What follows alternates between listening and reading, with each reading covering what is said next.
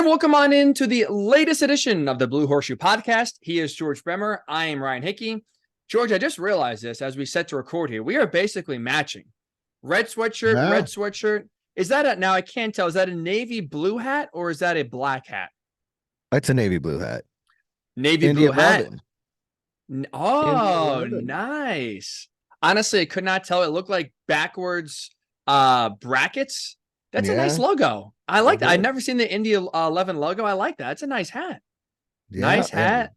Christmas Nice gift, color man. scheme too. Oh yeah, yeah. They got it.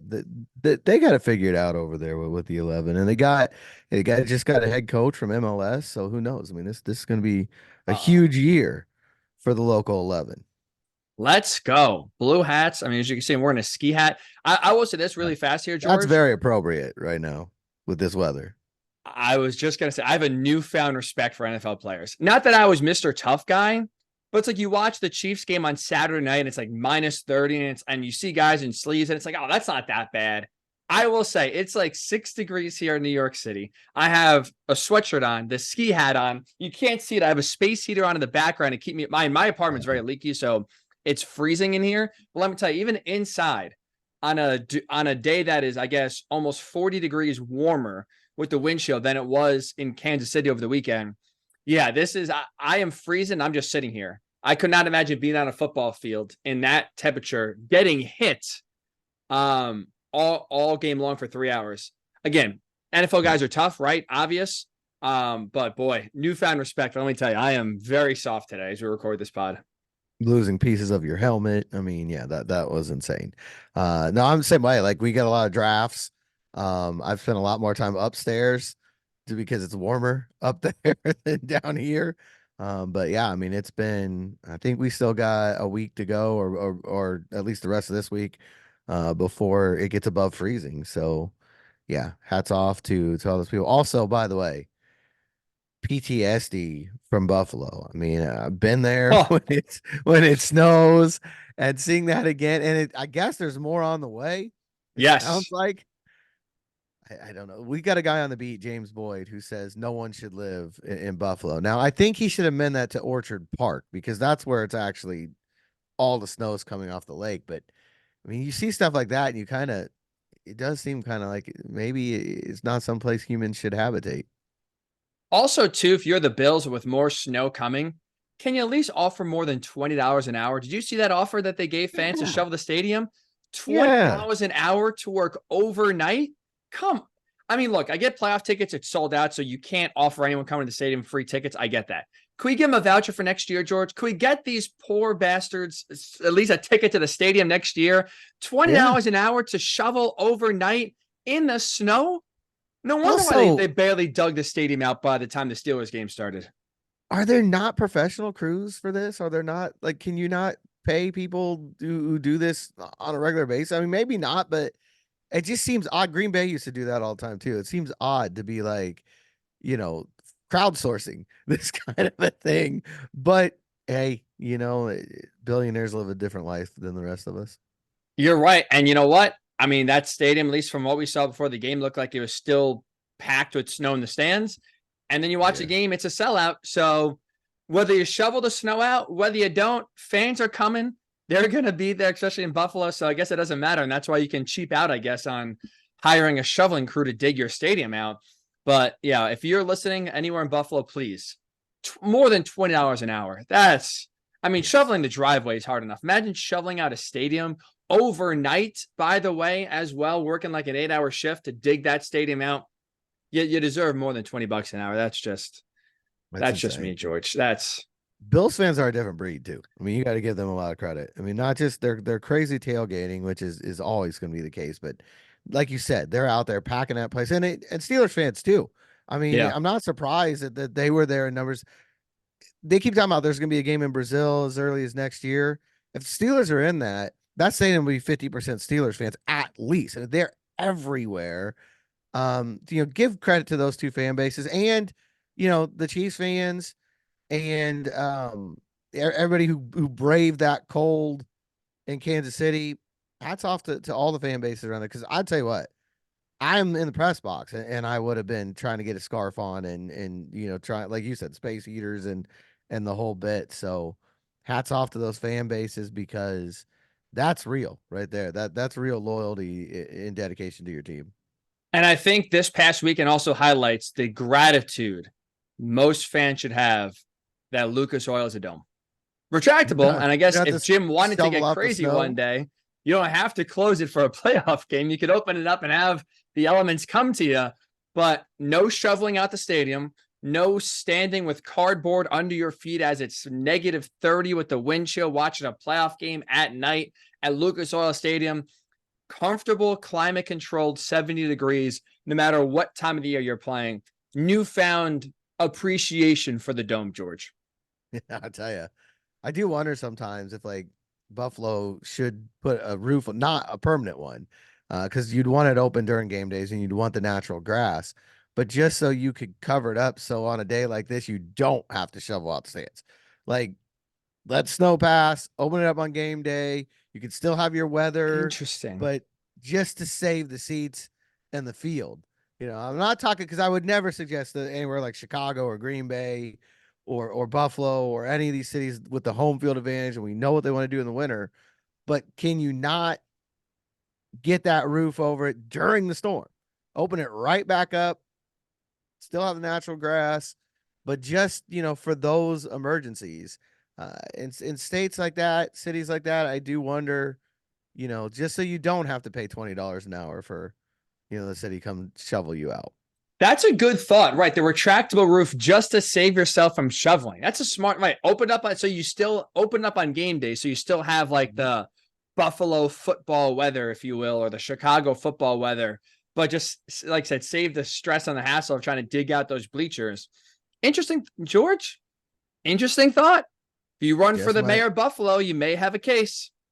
they are building a new stadium, but I don't think it's going to have a roof. And I understand, like, there's different thoughts on that. Detroit's always played indoors, for like 50 years now. Well, Minnesota is not indoors. according to some. Yeah, well, that felt like a, how long have you been a black quarterback question. In case you missed it, there was a question of Todd Bowles this week as they prepare for the Lions, and someone asked him, "How do you prepare for the cold weather in Detroit?" I actually respect the reporter. They were so detailed. They said, "Well, they got the weather report. It's 13 degrees right now in Detroit. How do you prepare for going to a cold climate?" They did the research in terms of looking at the temperature in Detroit, did not do the research in terms of looking where Detroit plays and the fact that there's a dome over the stadium. So the Buccaneers do not have to worry like the Dolphins did about preparing for cold weather when they are in a warm weather climate. No, it's a little bit different there. And it is interesting to see the different philosophies, even in that division. I mean, the Bears and the Packers are renowned. Bear weather used to be a thing in Chicago, and the Packers love, the frozen tundra there in Lambeau Field. And then you get the Lions and the Vikings, who, at least in my lifetime, have never played outdoors. I know the Vikings did, way back when, before the dome. But And when the dome collapsed, that playoff game against yeah, the oh Seahawks, my when they had gosh, no that was choice, insane. When the dome, the the video of Teflon that, people need to roof. go find that on YouTube if you haven't seen it. The video of the snow coming through there is almost apocalyptic. It is very, very frightening stuff. But yeah, I mean, they've always played indoors. The Colts have, since they moved from Baltimore, have always been an indoor team. It's always interesting to me to see that different philosophy. And I don't, I'm one that loves that there's differences like that. I think that's great. Um, you don't get that in every sport. You know what I mean? Like NBA, really, from one arena to the next. Yeah, this one's loud, that one's not. If your team's good, you're probably gonna have a loud arena. I mean, some of them have better acoustics and things like that. There are going to be things that make a certain arena louder than another. But when we're at a really screaming 16,000 fan level, I don't know if it makes much difference from like A to B in that situation. But there is definitely a difference between playing a playoff game in LA and playing a playoff game in Green Bay. I mean, you know, that to me, you'll see it this week. I mean, if that game is in Green Bay, it's a different game for the 49ers. It's in San Francisco, it's a different situation. I love that. Like, I'm not taking sides on should you have a roof or not.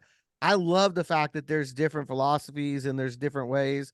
and you build your team based on, those factors come into play. You're in Cleveland, you better have a strong arm quarterback, for instance. Probably not as big a worry in Indianapolis. I'm with you 100%. And it also, again, football, obviously, why it's so popular is because every game means something. Only 17. But it even heightens the importance of those 17 games because, like you said, home field advantage is massive, not just because, it's going to be a loud stadium and we don't have to travel. It's like you said, the elements come into play, whether it's the 49ers who are, I mean, they are built to play in all conditions, but obviously in ideal conditions in warmer weathers where there's no snow and ice on the ground and they can just have their speed and power take off, they're built for that. They get home field advantage. You don't have to worry about going to a frozen Lambeau or a frozen Chicago. You get it's just like you are built to play at home, like you said, and it just now makes that regular season getting that one seed, not just because there's only one bye, but also just makes that now that the weather become much more impactful. Where if you're Miami, like the Dolphins maybe are still alive and playing this weekend if they beat the Bills on Sunday night 2 weeks ago because they're the 2 seed. They get 2 home playoff games. And instead of going to Kansas City, you're at home hosting the Steelers in the sunshine and the heat. It's a game changer. Having to bring the Bills down to Miami, or having to bring the Chiefs to Miami, instead of playing in minus 30, you're playing in 80-degree weather. It is a massive difference. So I'm with you 1,000,000%. I love the differences in the climate. It makes, home field in the playoffs that much more important, which makes the regular season that much more important. And it's different. Like, I like differences. I like the fact that you could watch a game. One game we're watching is minus 30. The next game we're watching, it's in a blizzard. The next game we're watching is in a dome. Like, I like the fact that there is true differences. Like you said, in the other 3 sports, hockey, baseball, basketball, a little bit of baseball because you're playing in November, depending on where you are. You can get some cold weather games, but for the most part, the conditions don't impact the game. And I like the fact that weather does play a factor. And like you said, you have to build your team to certain ramifications and specifics based on where you are. I like that. I think you should get rewarded for that. I'm with you. I love good weather games. And also, too, selfishly, watching those games on my couch under a blanket, I don't know why. I enjoy watching like the Chiefs Dolphins game more when I know, hey, it's warm in my apartment next to my space heater, but I'm watching guys in Kansas City with their shirts off and minus 30 degrees, and I know it's freezing there. It just makes the game more, in a weird way, like, enjoyable to watch.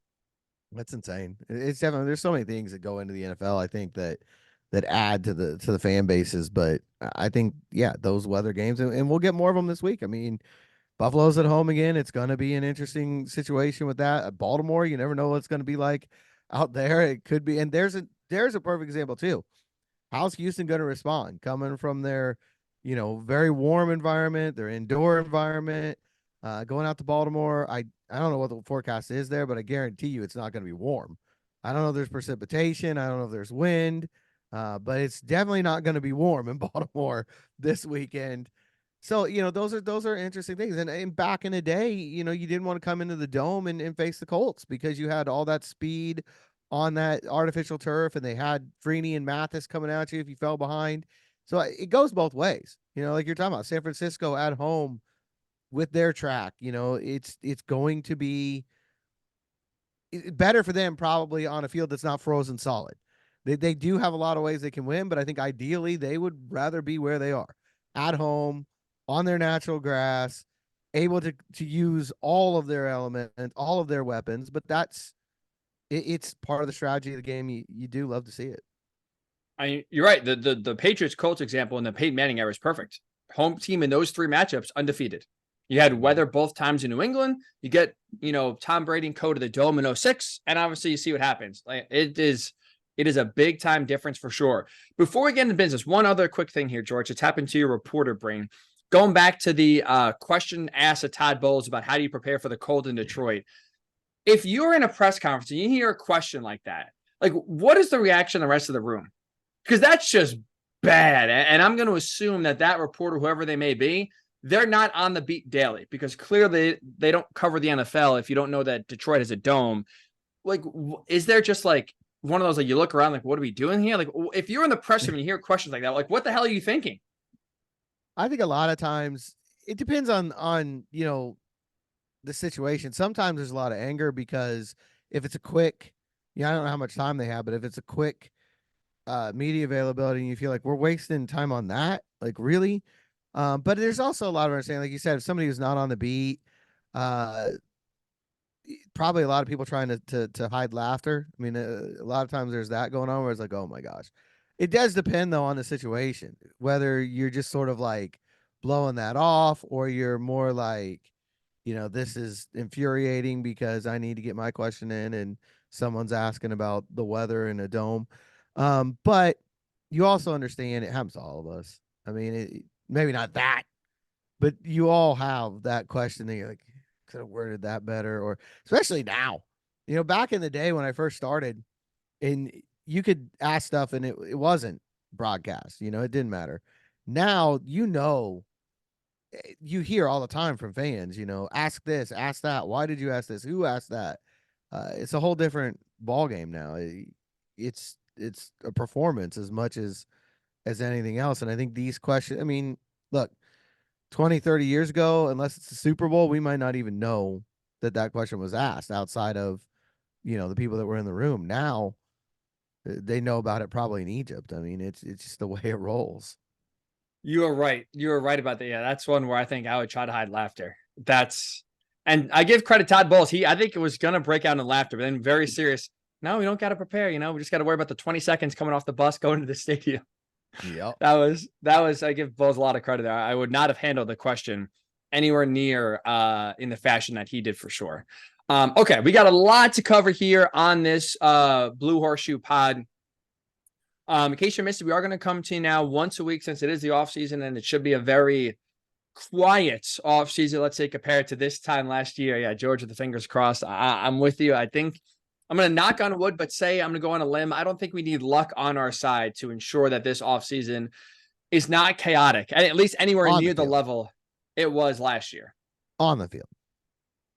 Off the Yes. field is always the question. If things that affect on the field, obviously there's no on the field action right now in the off season, but things that affect the football team itself should be quiet. Outside of that, you never know.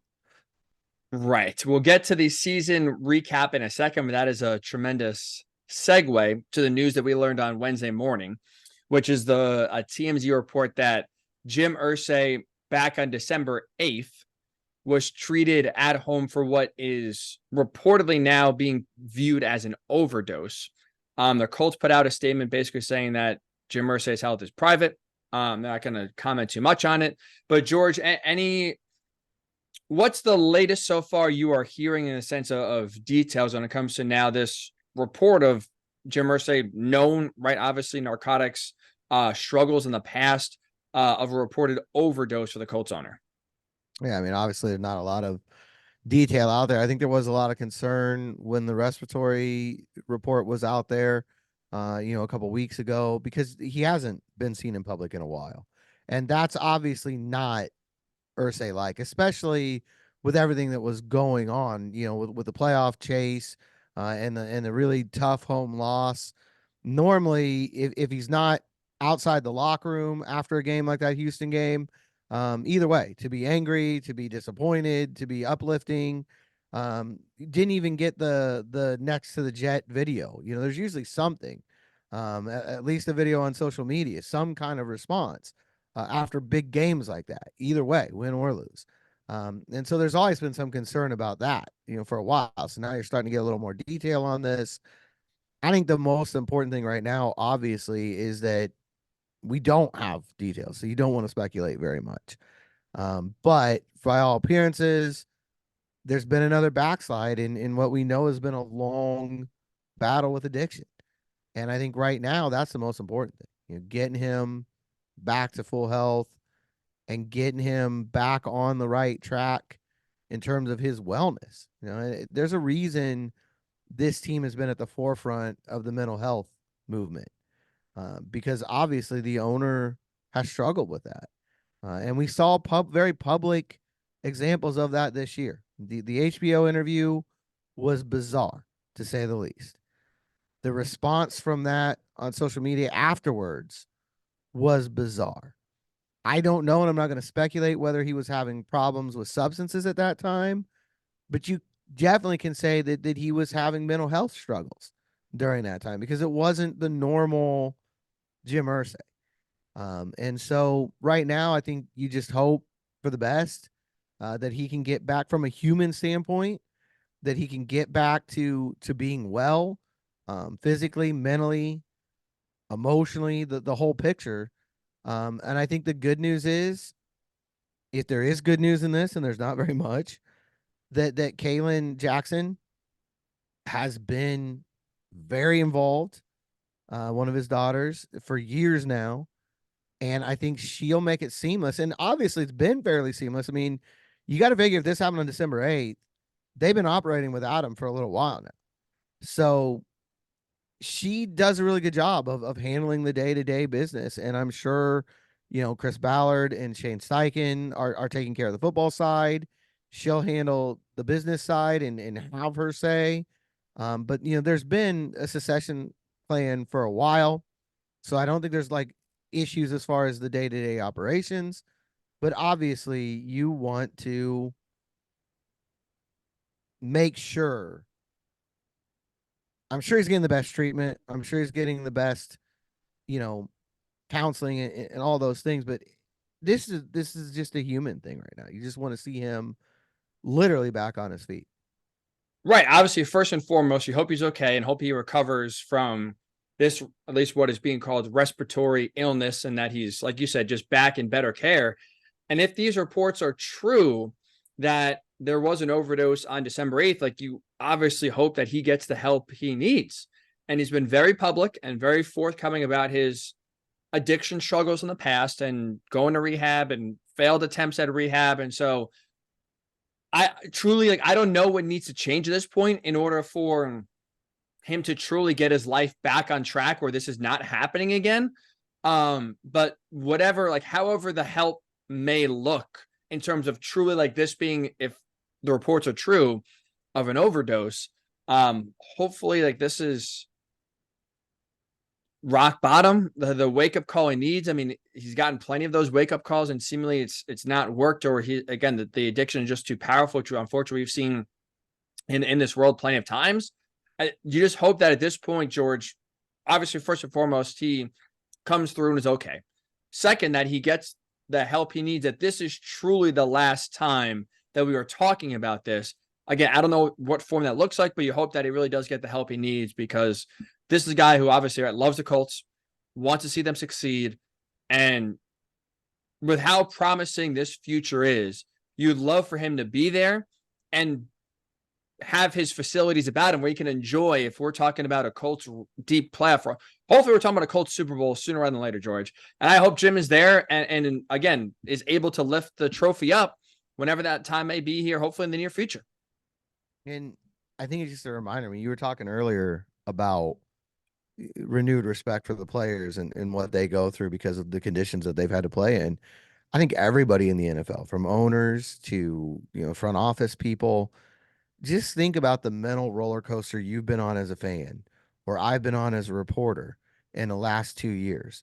And imagine having your livelihood tied to these crazy results.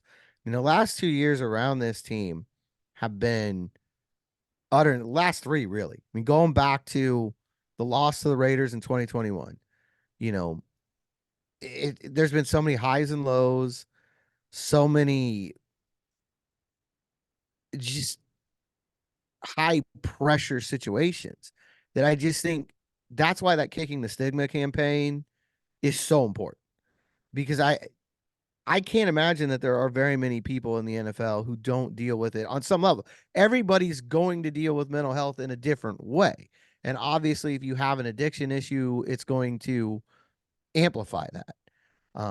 But I can't imagine there's many people in the NFL on any level from that are involved in it on a daily basis in any position that don't have. I mean, there's times as a reporter I have to check myself just because things get chaotic and you start to feel overwhelmed and the walls start closing in on you at times. I know it did in 2022.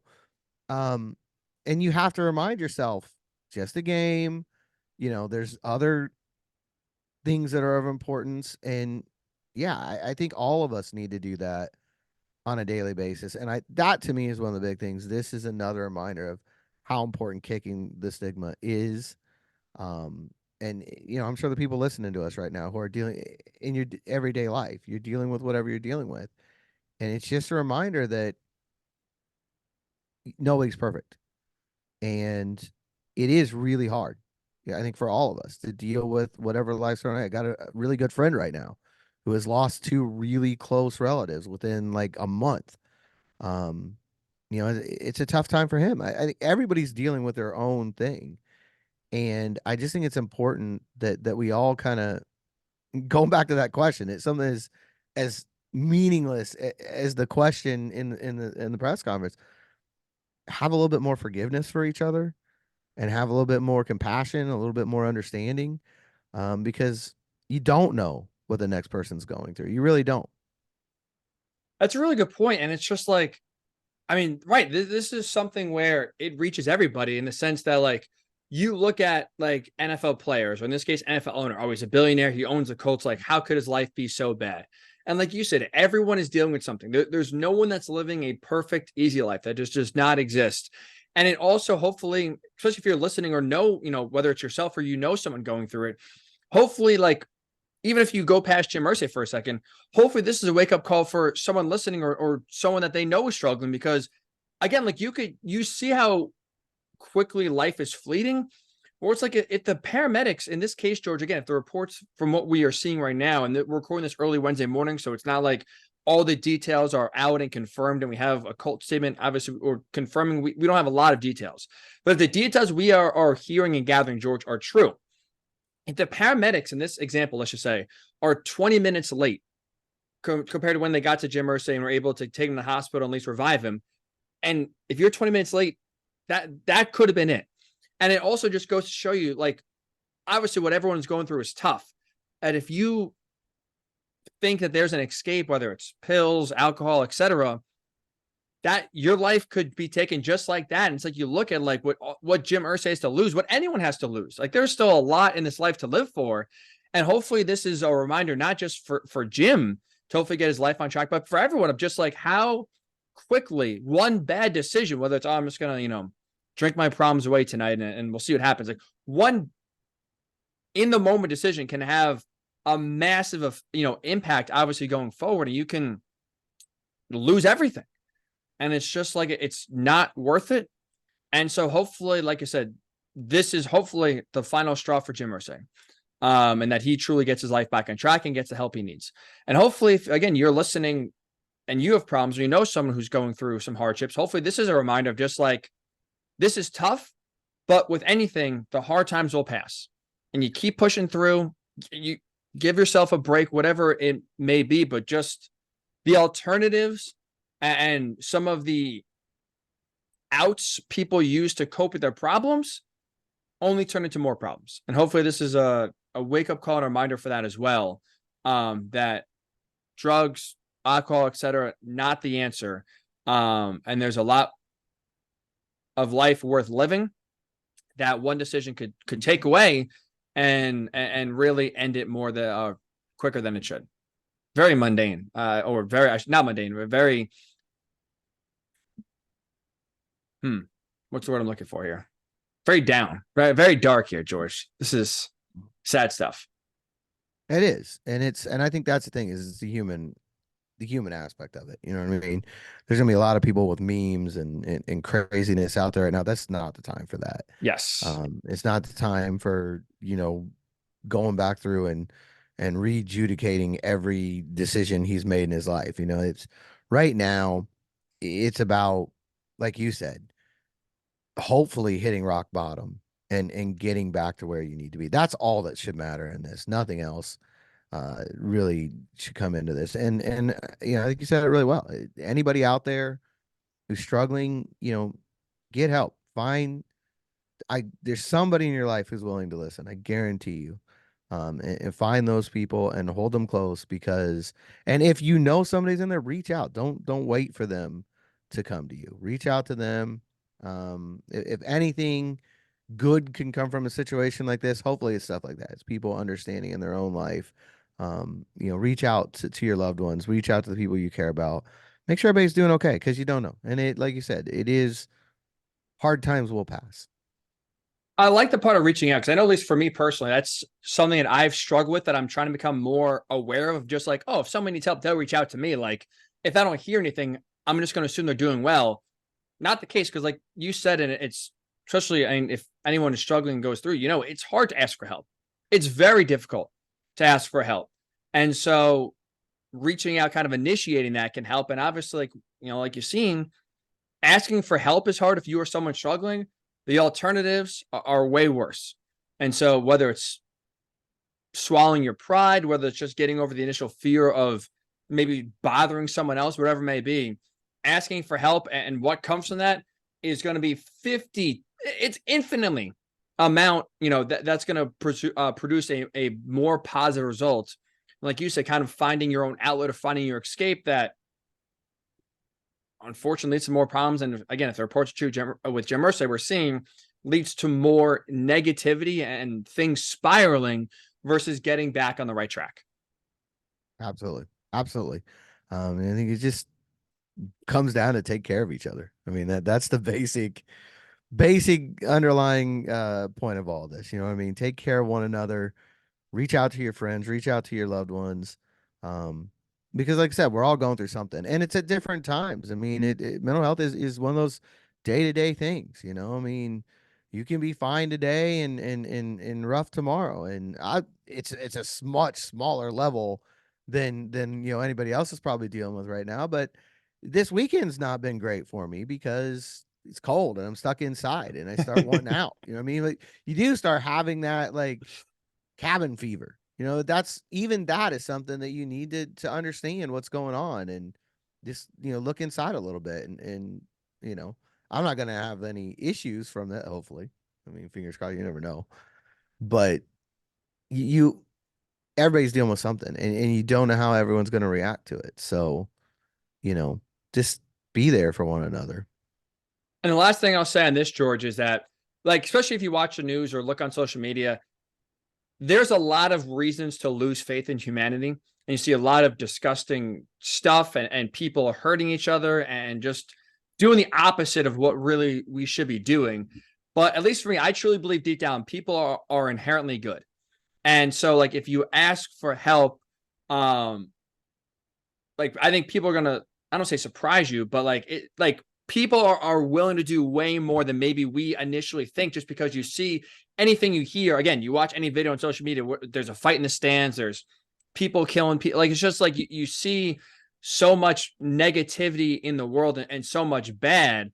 But in times of need, the amount of people that are willing to go above and beyond, especially again, if friends, loved ones, etc., people are willing to be extremely selfless in situations that call for it. And so, like I said, if you need help, like, don't be afraid to ask. And I think you'll be, I don't know, again, surprised, but I think more times than not, you'll see the good of people come out instead of, like I said, unfortunately, anytime you watch the news or social media, it's a lot of negativity, George, a lot of negativity that I don't think, at least hopefully accurately, represents the majority of humans, let's say, on this planet. That is for sure. But you got to remember too, like what's on the news is the unique thing. So it's the minority is always going to be there. I mean, what happens day to day is not newsworthy. So the fact that you don't It's true. see, as much good is because that there is far more of it in the world. I mean, it's just something perspective is key in a lot of these things. And unfortunately, too, like you said, bad news sells, as the old TV Mm. saying goes, if it bleeds, it leads. If it bleeds, That it is, leads. yeah, there's not a lot of, right, heartwarming, for whatever reason. Not nice, caring does not sell as much as violence and danger. That is our PSA for today. Yep. Now, as we look back, George, on the 2023 season, kind of put a bow on the year, we have a few different categories we want to kind of break down here, give you our final thoughts and look backs on look back on the 2023 season as a whole, George. So let's start with offensive MVP. If the Colts had an award and they asked for your vote, George, offensive MVP for 2023, who was your answer? I mean, I got a lot in my head because I want to go Tony Sperano. You know that's been my pick all year. I think coaches should probably not be involved in here, which led me to think, well, Quentin Nelson had a bounce back year, and that's huge for him. And I think he deserves a lot of credit here too. But I think the guy I have to go with is Michael Pittman Jr., just because week in, week out, he was there. He was the most consistent guy. You saw what the offense looked like in Atlanta without him. I think it's imperative that they bring him back this offseason. But I just feel like he was that rock that the offense could lean on. You had a lot of other good things happening in the run game. You had a lot of, you know, Josh Downs had an amazing rookie year, but Pittman was the one guy week in, week out, was there moving the chains. I think there's something to be said for that. He's my offensive MVP. I need a ruling from you first before I give you my answer. I don't know if this is cheating or a cop out. Am I allowed to use a unit here, or do I have to pick one Sure. specific player? Sure. Why not? We don't have any rules here, right? Okay, We I'm just mark you making down the Blue sure Horseshoe Pod. because you're putting your own rules in about the coaches, which I think is fair. It's probably its own category of why Tony Sparano Jr. is not your team MVP. But I'm going to at least steal a thought of and say, at least for my offensive MVP, I'm going the Colts offensive line. Mhm. You look at, like, they finished this year 10th in the NFL in rushing yards per game, despite the fact that JT played just 10 games. And even in those 10 games, right, he barely played in the Tennessee game. So it's like, it's really, if you look back at it, probably played what, 8 Yeah. full games where he was just unleashed and back to the old JT. So still the fact that this team was a top 10 rushing team in the NFL, despite the best running back or one of the best running backs in the NFL, playing basically half the season, is impressive. But also, too, it's not just the run game, George. It's pass protection. 41 sacks allowed this year is a far cry from the 60 they allowed in 2022. And like you said, it's also the fact that, like, this team is, whether it's passing or running, their offense goes as their offensive line goes. We've seen some games that they did not play very well. The Atlanta Falcons game comes to mind, and they can't win the game. But to have a nice bounce back, I think that's part of the reason why the Colts season came down to a Week 18 playoff game at home with a backup quarterback, in large part because how the offensive line established the tone, pushed teams around, and did a really good job of bouncing back after a pitiful 2022. There's no question. The offensive line was the biggest difference in this team from last year to this year. I mean, that and turnovers, but those are tied into each other. I mean, when the line's protecting better, the quarterback's going to protect the ball better most of the time.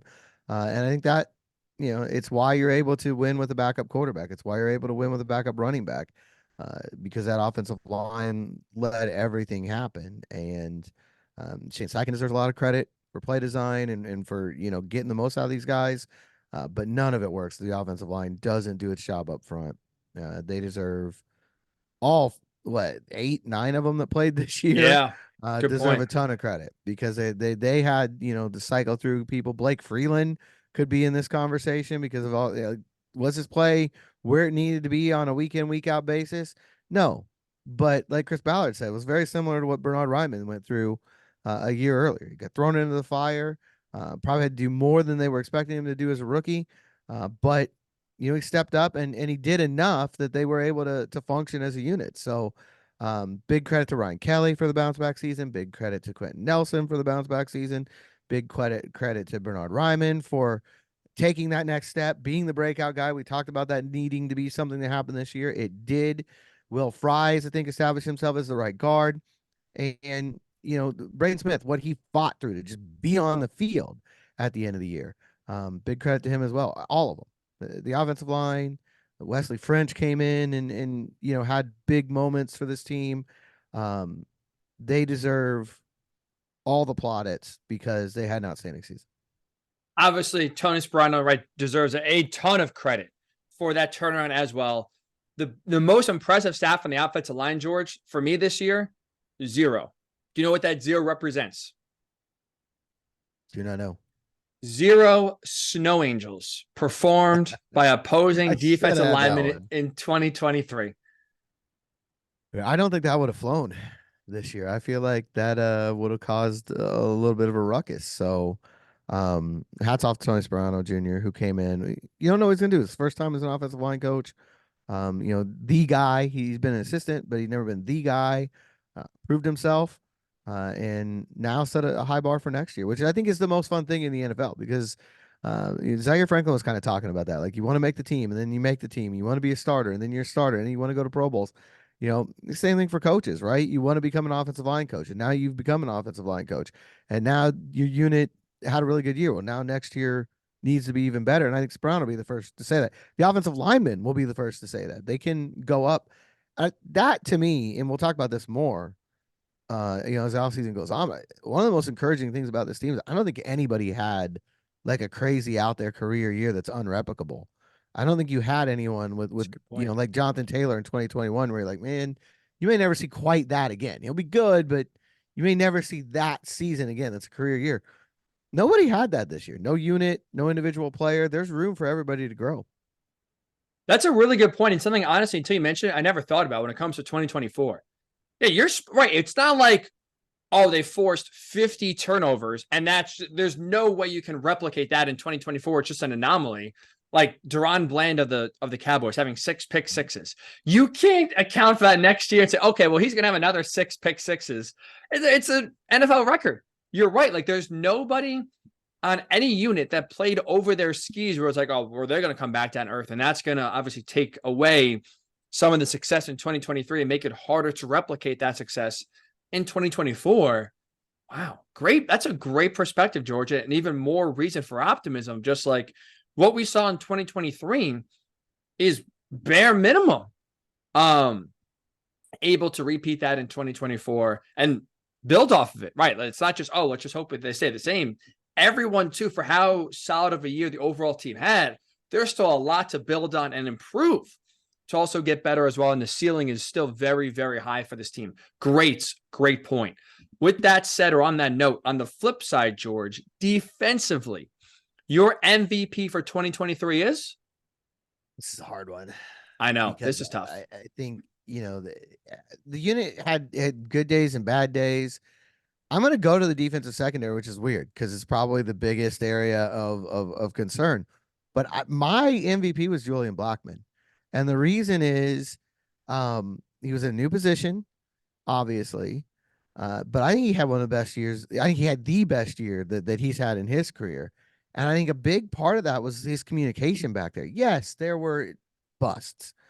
But I don't think there were as many of them for as young as that secondary was as you would expect. I mean, I came into the year, we've talked about this many times, very concerned about how this team would do because that secondary was so young and so inexperienced, and you felt like they're going to get picked apart. Now, they had the benefit of playing some backup quarterbacks that certainly helped. But, even they beat Baltimore in week 3, which is insane.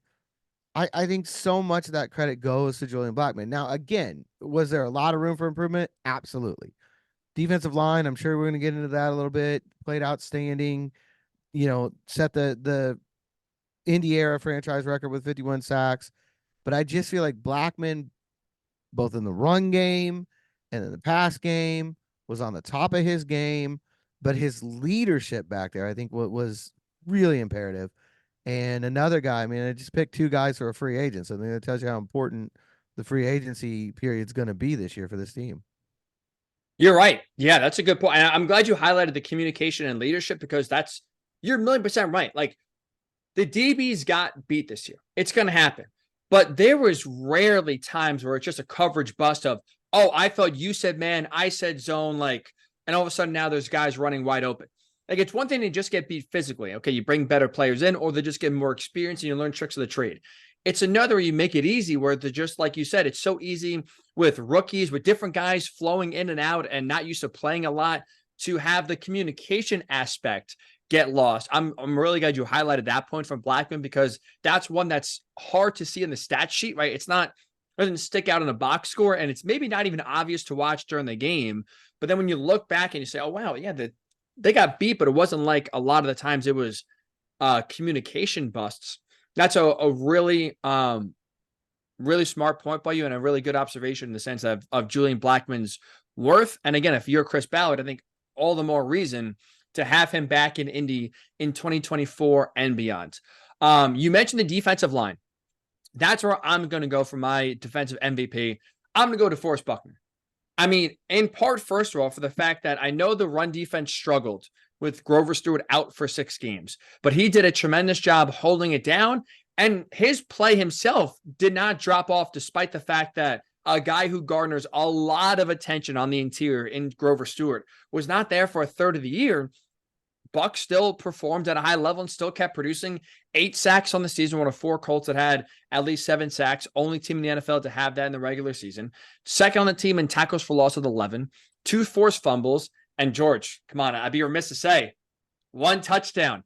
Looked damn good too, falling in, running with the ball. Maybe 2024, we give him a little extra opportunity. I know you've been holding out hope for Grover Stewart to score a touchdown. Buck looked pretty fluid. Maybe we'll find a package in 2024 to get him the ball a little bit more. But that defensive line was really solid, especially getting after the quarterback this year for the Colts. And for me, the biggest reason for that, 99 right in the middle. There's no question. Buckner can be this answer every year. Most consistent guy on the roster. Right. Another huge leader in that locker room, in the huddle. I think he's a big part of the reason they were able to pull out of that 3-5 spiral, because Buckner's one of those guys who's just not gonna let that kind of stuff slide. Which tells you how bad last year was. When you got a leader like DeForest Buckner in the room and you still can't overcome it. He has been worth everything the Colts gave up to give him. The first round pick, the money, all of it. I will argue till the end of time that he's the most underrated defense tackle in the game. I get it. Chris Jones and Aaron Donald absolutely deserve all the attention they get. They are outstanding players. I really believe outside of them, there's no one ahead of Buckner. What he does, what he means to this team is phenomenal. He gets triple teamed most of the time, not just double teamed. He's triple teamed most of the time. He's out there making plays. I just have the utmost respect for him as a professional, as just a human being. I mean, he's one of those guys that is just a pillar in the community, in that locker room. Can't say enough good things about DeForest Buckner. You're 100% right. That first round trade Chris Ballard pulled off and the extension that came with it, worth every penny. Without a doubt, he's been solid. He has been easily the most consistent Colt since he's gotten to the team. Tremendous. Absolutely tremendous. And like you said, it could be an answer for this question every single year. How about, George, biggest surprise? Could be a positive, could be a negative. Biggest surprise for you in 2023? That's a good one because there were so many. I think this team, I'm going to go with, because of everything that happened, the Jonathan Taylor extension. When it came, how it came, back in March, it wouldn't have been the biggest surprise, but after everything they went through in the summer and the month on PUP, for him to get that deal and to come back and play 10 games, that's my biggest surprise of the season. I like that, especially too. I thought there's maybe a slight chance they would give it to him if he comes back and looks good in 2 or 3 games. They want to see that he's fully healthy. The fact that it was given to him before he even stepped on the practice field, coming off PUP, was, again, the right move. I'm glad they did it. And obviously you saw down the stretch of the season, very well worth the money. I'm going to go player here, George, in terms of biggest surprise. I'm going to go Bernard Ryman, because you look at, like you said, he was thrown in the fire last year. We both criticized Chris Ballard in the offseason for basically anointing Ryman as the starting left tackle with just the lack of competition he brought in. We said that's a mistake, to just not just bring in anyone else to compete. To me, it seemed like the definition of insanity of what happened in 2022, where those 5 guys were given the job, no competition, and you see what happened. They were not ready to compete and did not play at the skill level they needed to play at in order to be successful. And the fact that Ballard decided to basically run that philosophy back, I thought was a mistake. But boy, oh boy, Ryman looked very comfortable at left tackle. Only 4 sacks allowed, 6 penalties on the season. I mean, PFF graded him as one of the highest, he was one of the highest graded left tackles, I should say, this season, if you are someone who appreciates what PFF does. And it's just like, you look like we did not talk about Bernard Ryman a lot this year, which is a good thing. I think the less we talk about the offensive line, kind of like referees, the better that means they're doing their job. And especially too, with having a a backup quarterback in there with Gardner Minshew. We saw him sometimes unnecessarily get happy feet. I think it's easy for him to struggle. And two, like you look at some of the edge rushers he had to face this year. Like you faced TJ Watt and the Steelers. You faced Myles Garrett and the Browns. Like they played some good defensive lines. That Ravens defensive line is one of the best in the NFL and held his own. Again, we never talked about him getting overwhelmed or just getting owned in a game. Bad moments, yes, but for an overall game, no. He has had, for someone who I didn't really know what to expect coming into this year as a full-time starter at the most important offensive line position, left tackle, blown away, George. Blown away with how well Ryman played this year. No, that's a great choice. I think it was huge. And it probably extends to the offensive line as a whole. I mean, if he doesn't play like that, then they're probably not your offensive MVP because you're not going to have that sturdy unit that you had. So, him stepping in and doing what he did. And I think the best thing about Ryman, and I'll have something on this later at haroldbolton.com. So I'll do my own plug here. That it'll be later in the offseason. He's not happy with his season. And I think that's something that's really telling about him. He's a guy, I think sometimes he walks that line of, is he too hard on himself? But it's like, I was watching Purdue, the Purdue Indiana game, because I think it's state law. You have to. You live in Indiana, you watch the game. But after the game, Zach Edey said, I didn't play well today. Hit 33 points and 14 rebounds. And people are kind of loud, but he was 11 of 23 from the field, and he wasn't happy with that. And I think Ryman's that way.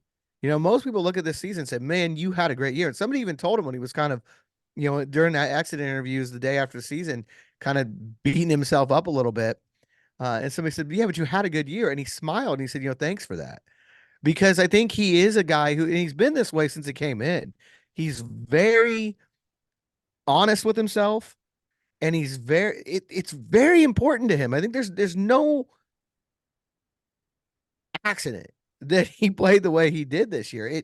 He wants to be there for this team. And I think I'm not saying everybody in the NFL isn't this way, but with him particularly, it's more about the team. I don't think he cares about being a Pro Bowler or being, having fans buy his jersey or anything like that, which most offensive linemen are that way anyway.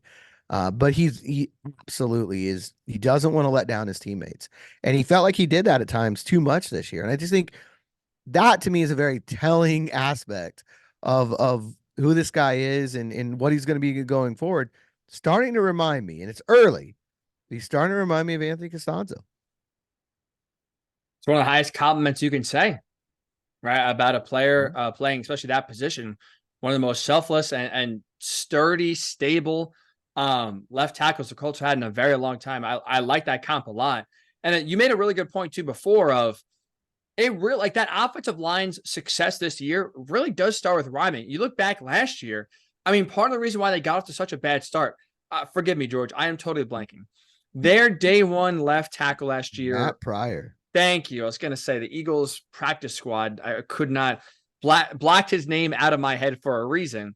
But like you could go back to last year of Quentin Nelson overcompensating because Matt Pryor couldn't block anyone. Matt Ryan basically dropping the ball out of fear because he had no faith his left tackle could give him even 1 second to get back in the pocket. And it had a trickle down, almost a domino effect down the line from left to right because the left tackle couldn't do his job. So now Q is trying to basically do two jobs at once, which means Ryan Kelly's doing two jobs at once, which means Will Fry is it trickles down. And that's a really good point of, at least in terms of Ryman believing like, oh, I let the team down too much.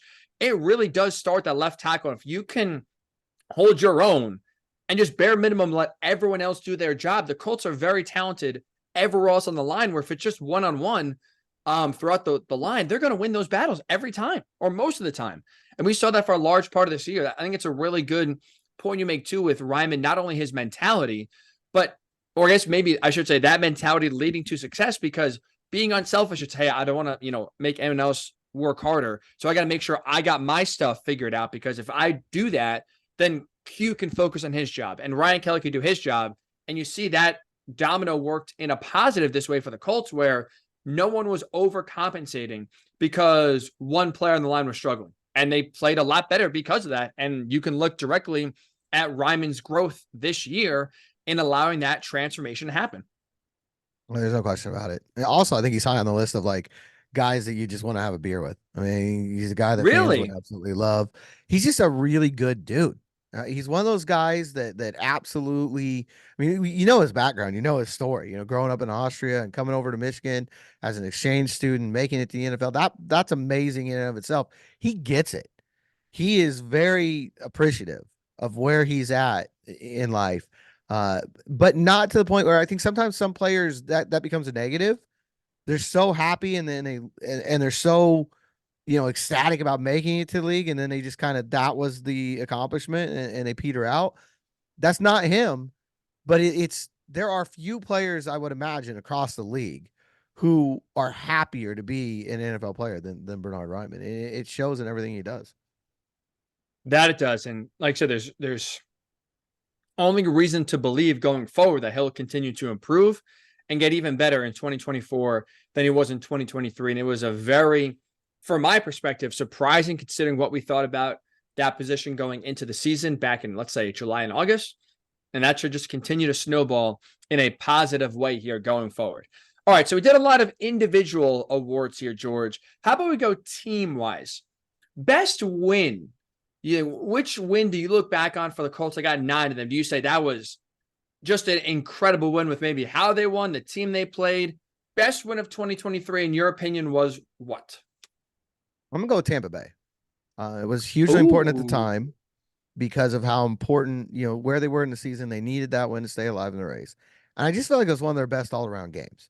They were able to at least limit Baker Mayfield and Mike Evans enough, certainly more than Philadelphia did over the weekend. Of course, that's a low bar right now. That's you're right about that. that is a really painful situation over there in Philly. And you just hate to see that for Matt Patricia. It tears you up. Oh, But hate to see. but I just felt like defense, offense, special teams, the whole way. They ran the ball really well against a team that you don't generally run the ball well against. I thought Gardner played really well that day. I just thought, there's a lot of games you could pick for this one, but for me, I just felt like that was in terms of where it fell in the season, the importance of the game, and then the overall team performance. I thought it was their best outing. For me, I'm going to go back early in the season, week 3 at the Ravens, because there's That's that the I other one. think it is where, right, we truly saw how good of a coach Shane Steichen is and realized, oh, this guy is special. You go into that game, first game without Anthony Richardson, missed it because of the concussion. You're in a rainy, wet Baltimore who's 2-0 on the year. You have no Jonathan Taylor. You run the ball well with Zach Moss. You have Matt Gay hit 4 50-plus yard field goals. That to me felt like a game, George, where truly everyone on the team contributed. Michael Pittman Jr., big catch in overtime. Alec Pierce, big catch as well. You had the defense. I got to look back, but I mean, I know it was an early touchdown run by Lamar. I don't think the Ravens had another touchdown in that game. Even if they did, they only No. scored 19 points. I think it was field goals the rest of the way. Like they shut down the league MVP, held them to 1 touchdown, 19 points early in the season. Like that was an overall, I thought, masterclass where even Gardner Minshew a few times made some throws where like, oh, geez, this guy stinks. He's getting sacked early by Kyle Hamilton. Then comes back late, makes some big time throws to get the Colts in field goal range, to keep drives going, big third down conversions. Like they've had like the Tampa Bay win is another example of a full team win where everyone contributed. But look at the caliber of team, the conditions as well. I would say that was the truest team win where every single person on that roster contributed. They had this season. And now looking back, Ravens 14-3, not shabby, George, or 13-4, whatever it may be. Not too shabby. No, number 1 seed in the AFC and going into the playoffs, the best team in the NFL, at least in form at that time. And they beat San Francisco head to head. So I got to give them the leg up. Now we'll see how that plays out, over the next month or so here where things always are crazy. But there's no doubt. I think that was the game that changed the expectations for this team. Up until then, you still didn't really know what this team had. That was the first time we started thinking they could be better than we thought. I don't know if you started putting playoffs or anything like that on the line, but it certainly was where you started to think Shane Steichen might be, a real find. And I think it set the tone for the way they're going to compete. The only thing about that game that kind of put it behind Tampa Bay to me is that there was a large element of luck. involved. Justin Tucker missed a field goal at the end of regulation that would have won it for Baltimore. He never does that. They got away with a pretty clear penalty on EJ Speed to send the game, but that's part of it too. I mean, that's That what is. happens. You're going to go beat a team like Baltimore on the road. If Houston's able to pull it off this weekend, luck will be a part of that draw. It always is. Certainly the best opponent that they beat by far this year. And if the Ravens go on to win the Super Bowl, which is a big if they do, it'll be back-to-back years that the Colts beat the Super Bowl champs during the regular season. So, I don't know what you get for that participation. I'm trying to trophy? think. I guess if the Buccaneers, right, go to the Super Bowl, that's 2 straight years where the Colts would have played and at least beaten one of the teams in the Super Bowl. If you go on the aggregate, last year they beat the Chiefs and the Eagles combined. If you play if the Buccaneers and Ravens meet in the Super Bowl, you beat both of them. Let's go, George. The Colts, man, they know how to play well again. You're right. Hang the freaking banner. 2 games I want to mention here really fast that I think deserve mentioning when it comes to like one of the best moments of the season. Overtime against Tennessee, home against the Steelers, week 15. Of those 2 games, which one do you think was more impressive? I'm going to go Pittsburgh because it was a playoff team, but the moment in Tennessee was so huge because the overtime, needing that drive after they had scored on the first possession, needing that drive to win the game, overcoming so much in that game too. I mean, they didn't play well in that game in Tennessee at all, but they just kept coming back. Again, another example of the fight this team has, coming out there and coming back. I almost picked that one for the win of the year, and I thought, the win of the year can't be over a 5-win team. I mean, that's the only thing, or 6, wherever they ended up with. But it was another huge, and both those were huge wins down the stretch to give them that chance against Houston. Pittsburgh, they just, after falling behind 13-0, just dominated that game. So I think that's why I give them a little bit more credit. They played much better against Pittsburgh, but I do think you have to factor in Tennessee hadn't lost at home going into that week. It was huge all the way around. Give them both those games were really fun games. And I think if there's like a moment of the year, I think Pittman's touchdown catch in overtime of that game probably is it. That's a good moment. That's a really good way to phrase it. I agree with that. That was, I think for me at least, definitely. I mean, it came down to the last second, so that's like the one play where you obviously jump for joy and go crazy about that allowed for this season. I guess maybe outside of the Matt Gay game-winning field goal in Baltimore too. That's another one where you just go nuts.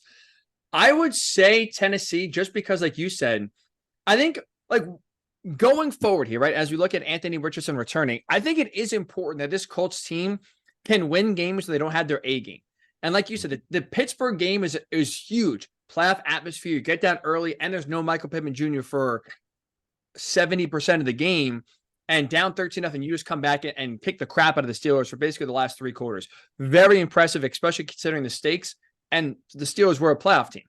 But you look at Tennessee, to your point, things like there was about 10 different times in that game where I'm saying it's over. They stink. I can't believe they're going to lose to this team. And just the fact that Shane Steichen kind of looked down the barrel of the gun and did not panic. The team, especially with the backup quarterback, did not panic. Like that's, I think if we look like 3 or 4 years down the road, George, in terms of like teams learning how to win close and big games, I think that Tennessee game is a game we're going to look at for a while and be like, oh, they learned a lot in that game. Because you see so many times teams flinch, teams panic, they don't know what to do or get too nervous and tighten up. The Colts, especially again, it starts with their head coach and it bleeds into everyone else. Shane never panicked. He never got conservative or desperate where all of a sudden now it's, oh my God, we need a touchdown now so bad. Let's just chuck it up and see what happens and hopefully get lucky. There was a calm but confident presence. And I think that radiated to the offense, who got some obviously big plays, the defense, who late got some big stops to keep the game alive. Special teams, right, coming up with the back-to-back blocks and really setting this team up for what should have been a blowout win. Like there was no flinch. I think that's a quality and a trait you saw that's going to carry over for years to come. And I think that's going to be a game that's going to have a lasting impact in a positive way, because anyone can win when they're playing their best, right? Any team, the Panthers can win any game if they're clicking on all cylinders and having an A game. But what really separates the good and the great teams is you're playing C plus. Can you still win when a team's playing better than they were? And the Titans played solid. Like Will Levis had some big throws, and they still find a way to win that game, George. Just very impressive. And I think that's one where that will carry over for years to come. They won 2 division games on the road, and I think that's huge. You know, they just went 3-3 in the division. Had they gone 4-2, they'd be in the playoffs. But that that's where it's going to be made. That's you go back to 2014. You know, last time they won the division, and not getting enough wins in the division have derailed most of these seasons. So I think going out on the road, winning a game when you didn't have your best stuff is huge. Let's go to the negative. Great. We talked about the best win. What about the worst loss, George? Which loss do you look back on that still sticks with you? Now, 10 days, whatever we are removed from the end of the season. Atlanta, there was no excuse for that. Go in there, lay an egg on Christmas Eve against a team that really, if you look at what they did around that game, they were not in good form. And you went in there, they had their backup quarterback in there. You got dominated in every area. The Colts didn't win after the opening drive. They didn't win a single thing in that game, and Atlanta kept trying to keep them in it, and they still end Yeah. up getting blown out 29-10. That one to me is just Cincinnati's the runner up because they were very similar games. But there was a little bit more life in Cincinnati than there was in Atlanta. And the Bengals did some other things around that game that make you say, okay, well, it was a bad loss, but they did win other games. They beat Jacksonville and Jacksonville. That Atlanta team was spiraling, and the Colts just went in there and gave them a heartbeat on Christmas Eve. It was a Christmas present to the Falcons that should not have been given. And again, it's one of many moments this year you can go back to, and you take care of business there, you're playing in the postseason. You're right about that. You're 100% right about that. No excuse that egg being laid. That is up there for me. The one I'm going to go back to, though, is week 7 against the Browns. That's, at least for me, when you look at the Colts coming one game short of the playoffs, that's the game that I go back to. Obviously, part of it is officiating, just an awfully officiated game that makes that loss to me more frustrating when the referees get involved with two very questionable, and I would say, in my unbiased opinion, George, incorrect calls. But it's not just the flags. It's also, too, like, that game came down to a 4th and goal. Kareem Hunt gets the ball. I mean, inches. He crosses the goal line. So even with all of the referees impacting the game in a negative way, the Colts defense still got 3 stops, and Kareem Hunt needed every single ounce of muscle to power his way like 3 inches over the goal line and barely made it over.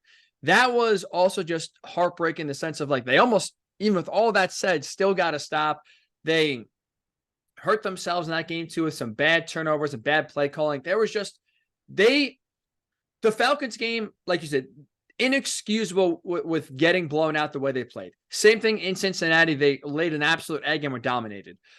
But, like, at least for me, it makes it easier of just like, okay, well, they had really no shot in that game.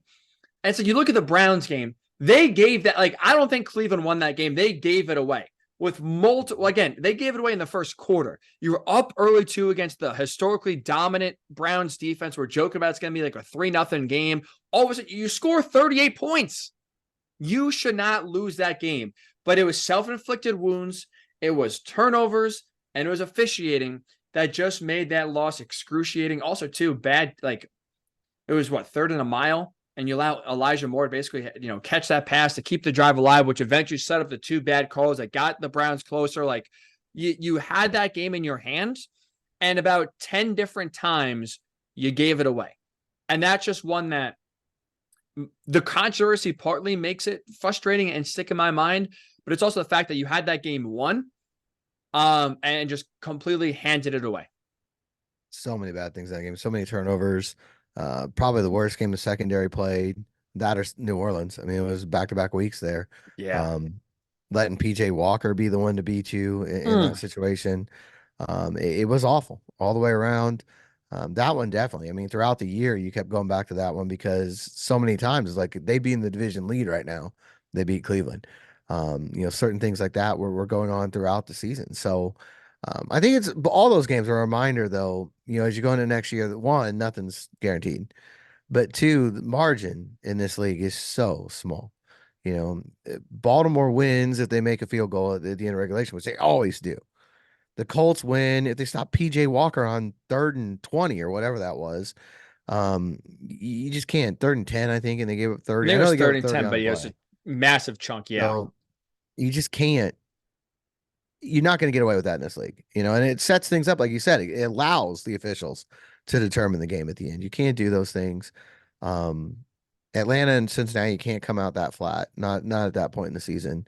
Those are games that are going to haunt. I mean, you look at, there's 3 games right there that if you put out a better performance, win one of them, you're in the postseason. It's just lessons that this young team can take into the offseason and obviously the end of the year. I mean, we're not overlooking the Texans game. I think there's just more there because that Houston team's obviously pretty good. You saw that again with what they did to Cleveland in the playoffs. And CJ Stroud's going to make plays from time to time. And obviously, it's going to haunt them the entire offseason, not finishing that game, being 15 yards shy of a division title is something that should and will eat at this team all the way through next September when they finally kick off again. You're right. You're right. And it's both frustrating and encouraging that we both gave like 3 examples and none of them were the Texans game. Because like that was obviously the most devastating. You had a chance to win the division and it looked promising. And it's like, so obviously it's frustrating that we're talking about other losses that were equally, if not more frustrating, but it's also encouraging. Like, again, like you said, one thing to remember here, 2023, it's not going to carry over to 2024. Like every year does restart. So because the Colts had such a promising season with Gardner Minshew, does not mean all of a sudden now their bare minimum ride them in for a guaranteed 11-win team because Anthony Richardson's back and they're going to play exactly like the way they did, but now with a better quarterback.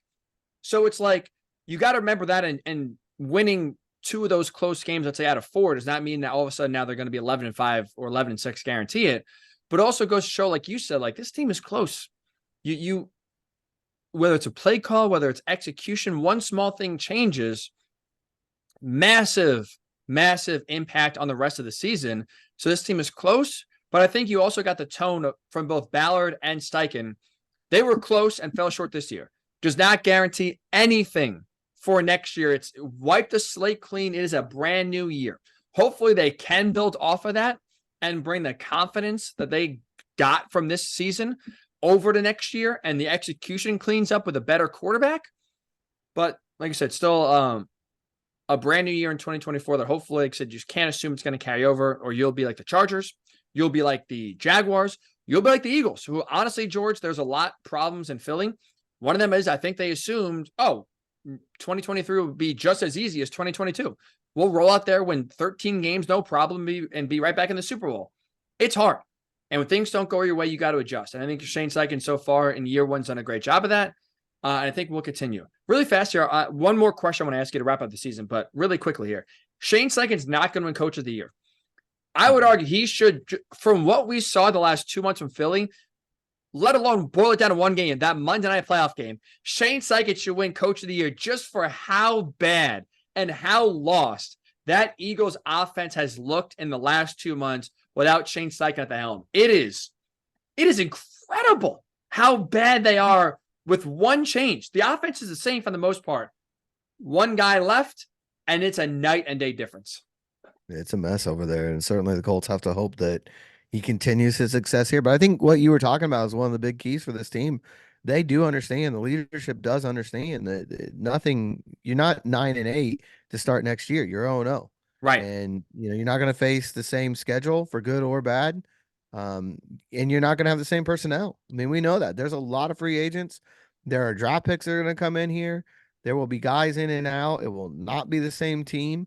And yeah, you're going to start fresh all over again. I think what they want to carry over, and I know because Shane Steichen said it, is that mentality, the competitiveness that they had, the edge that they had.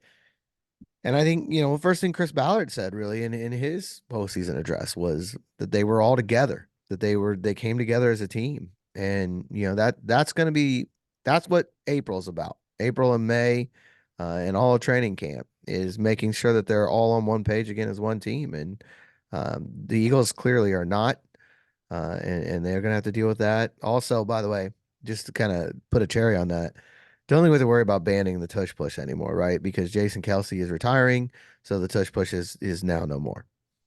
And fitting too that the last tush push maybe they run was stuffed. Mhm. Stuffed in that 2-point conversion, and now like I said, you lose the center. Maybe the rules, it's very, very fitting that maybe the last one we see is banned. That is for sure. To wrap up here, George, overall, if you had to, let's say, a scale of 1 to 10, grade this Colts season on the whole, from what you thought in the beginning of the year to where obviously they ended, what out of 10, what grade would you give the Colts for the 2023 season? Well, this is really hard because they are absolutely exceeded expectations beyond any reasonable measure. But the disappointment was real and significant at the end of the year because you do feel like it feels greedy, but you do feel like they should have gotten even more than they had. So I'm going to say 7.5 because it was a very uh, fun ride, certainly coming off of 2022. But I do think it left a bad taste in everybody's mouth, and rightfully so. But I think that's good. I think it's good for the team. I think the fact that they're not going to go in to 2024, probably we'll see what happens with the offseason. But the odds are they're not going to go in as like a Cinderella pick. They're not going to go in as one of these beloved teams. You know, people are going to still be talking about Houston, rightfully so. I think even in the division, Jacksonville will get more press because can they bounce back? It's good that there's still some meat on the bone, and some things for this team to accomplish in year two under Shane Steichen. I will go right around your number 8.0. And Mhm. first of all, like you said, has to be said, and you mentioned it. The fact we even got a win and in game for the division, it turned out being in week 18, is something we never envisioned. I mean, the Colts doubled the win total that both of us thought. So they were way more competitive and way better than anything we could have ever imagined in 2023 and deserve a lot of credit for it. The reason why it's not a 9, 9.5, or honestly even 10 is not the fact that they lost week 18. For me, it's the fact that Richardson only finished one game. Yeah. Like if you go back to the preseason, I still stand by this. The biggest thing for 2023, the Colts needed to know was how good Richardson can be and how consistent can he be for 2024 and beyond. And it's not their fault. I mean, it's not like Richardson, again, I think to me is more the victim of bad luck than even just reckless playing. But the reality is he finished one game out of 17, obviously only started 4 out of 17. So it's like, you don't know what you have. I mean, the little we saw is encouraging and it gives you hope for 2024 that he can develop. But he, for really all intents and purposes, is going to be a rookie on the field for a majority of the 2024 season. So even though we can go in with expectations high and competing for the division and competing for a playoff spot, the Colts do have a rookie quarterback, which is something that the Texans, right, won't be able to say. Even the Panthers won't be able to say, because at least for how bad Bryce Young looked, he got experience and can learn from that. Right, it sounds like Richardson learned a lot by watching, and Ballard mentioned that as well. That sitting on the sideline, absorbing, from the sideline, watching Gardner Minshew helped him, and we'll see that next year. But I think playing is the best learning experience, and it just sucks the fact that for how great the year was, the number one priority was not met, and that was seeing what Richardson is in 2023. And that got delayed, obviously, because injury, which is very frustrating. So, I mean, if that's for me, at least, like, if you just look at record alone, it should be a 10, right? Because we never ever thought this team would be competitive, especially when we take the Richardson off the field. It's a miracle that they were even in the spot they were. But I'll go 8.0 for how great of a year and unexpected of a year it was. Number one check mark, or the number one priority, was not met. No, that's the biggest regret. You're absolutely right. Missing the playoffs is going to sting, but not having a read on Anthony Richardson. And again, everything we saw is entirely encouraging. But there's a lot of questions still out there. And like I said, he's basically a rookie going into next season. So they got to find a way to keep him healthy first and foremost. That's the most obvious thing. But you don't know. You still don't have that answer of what it's going to be like in December, when he's gone through a tough year and he's still got to go out there and make plays. We'll see. We'll see. It's You're gonna right. be Yeah. uh the big, I think next year is a success if Richardson plays 15 games, 14 games at bare minimum. And you do get that read on him because that's still the most important thing for this franchise. And it's the biggest unanswered question out there. Right. I mean, you had Chris Ballard in his press conference. I mentioned that he spoke to Anthony Richardson before the Houston game and basically said, hey, like, make sure you soak in and acknowledge, like, this is not a normal game. Like, this is a playoff game. So, like, I hope you can feel that. And again, you can feel it on the sidelines. You felt it, I'm sure, in the press box, but it's another thing to be on the field. Like, you can't understand the intensity of a playoff game until you're actually under center, getting the snap, and have to convert a 3rd down and 5 in the 4th quarter. And that's just experience that you can learn, like, you can think you learn on the sideline, but never actually are truly ready for the moment until you're submerged in it and are feeling it. And that's something where Texans obviously are able to get with CJ Stroud winning that game, but also now winning a playoff game. Like, CJ Stroud, on the 2 playoff games the Texans played, he's played pretty damn well, George. He's looked pretty good. There's no questions right now about Stroud's ability to play well in a big game. That's also another question we have to see with Richardson. Not only, hey, can he play well? Can he be consistent? Can he stay healthy? But also, can he be not like Tua, not like Dak, where he'll play well against bad teams, but when you really need your quarterback against the upper echelon teams in the NFL and in big moments in playoff games, can he come through? Can he play well? And we're unable to get that answer in 2023. Hopefully, we'll start to get shades of that, and hopefully, we'll start to get shades in a good way in 2024. All right. We hit a lot on this pod, George. We hit on life. We hit on the 2023 season. We looked a little bit to 2024. All-encompassing pod to wrap up and put a bow in the 2023 season. Not bad. Not bad. Not bad. Not bad. Hopefully we don't have to talk as much about the owner going forward. Yes. For good reasons there. But yeah, I mean, it's gonna be, look, we keep talking about being a quiet offseason just because last season was insane. But it's an important offseason. They all are. I mean, there's a lot that needs to happen. They may need to find a backup quarterback, which is going to be an important element of all this. The draft, you sitting there at number 15, that's going to be something we're going to get into, I'm sure, as it goes on. Free agency is going to be hugely important. I know there's at least one rumor out there already that we'll probably address in future pods. What rumor is that? Did I miss something? It's so much a rumor is, I don't Is know it if one there's of those? a Is it one of fervent fan those? hope. Oh, of AJ Brown. I mean, you're going to hear his name a ton. He's probably on his way out of That's right. Philadelphia, and you know what I mean? And there's at least one odds maker out there that has the Colts with the number 2 odds of landing him. So, I don't see it. I'll say that right now, because I think they're going to put a lot of money into number 11, the one they have, not the one on I was going to Philadelphia. say, yeah. Hold on, But George. Before you get picked up by a lot of those social media aggregators that love to run things out of context, George Bremer says the Colts will put a lot of resources into number 11 at receiver. Yep. Who is that?